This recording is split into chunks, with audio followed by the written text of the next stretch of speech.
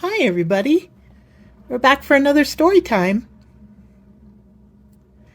Nobody likes me. Everybody hates me. Guess I'll go eat worms.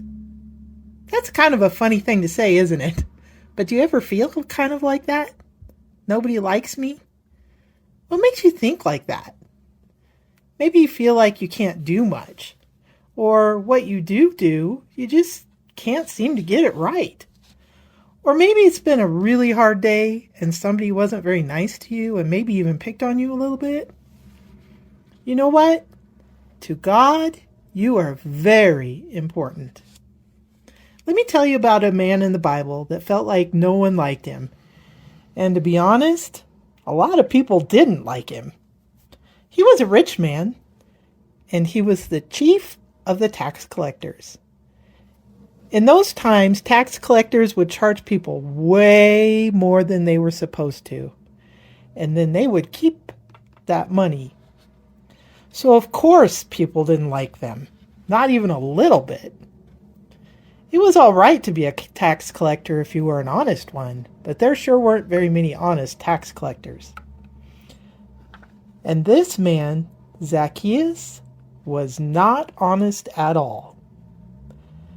Zacchaeus was collecting and charging people more and more, and he was getting richer and richer. Zacchaeus' whole life, though, was about to change.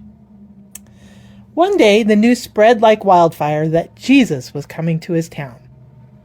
People from all over town were leaving what they were doing to see Jesus. Farmers were leaving their fields, merchants were leaving their stores, fishermen left their nets and their boats. Tailors left their sewing. Carpenters left their buildings. Mothers and fathers grabbed up their children to join the crowds that were going to go see Jesus. Zacchaeus saw the crowds of people and wanted to know what was going on. He hurried along with the crowd, and when the crowd stopped, Zacchaeus realized he wasn't tall enough to see anything. So he looked around, and over there along the road was a sycamore tree. So he fought his way through the crowds and scrambled up that tree, hoping he would see Jesus. He just knew that as Jesus passed, he would be able to see him if he got high enough in those branches. So there he was, waiting in the branches of that sycamore tree, when suddenly he heard the crowd, "Oh, here he is! He's coming! It's Jesus! He's here!" Jesus was coming down the road, and you know what? Jesus stopped right under Zacchaeus' tree. Jesus looked up, and guess who he saw in those tree branches? You're right, Zacchaeus. I bet Zacchaeus was so surprised he almost fell out of that tree. Jesus said, "Zacchaeus, you come down here. I need to go to your house today."